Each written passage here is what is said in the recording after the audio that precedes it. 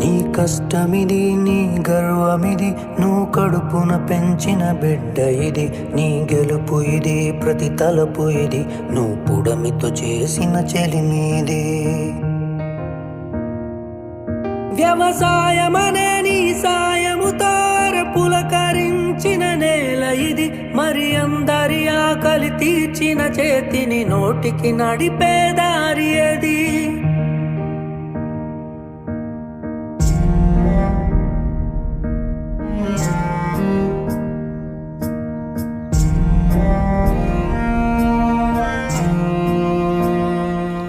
ప్రతి రైతు ఒక రాజంట, రాజరికాలే రద్దంట.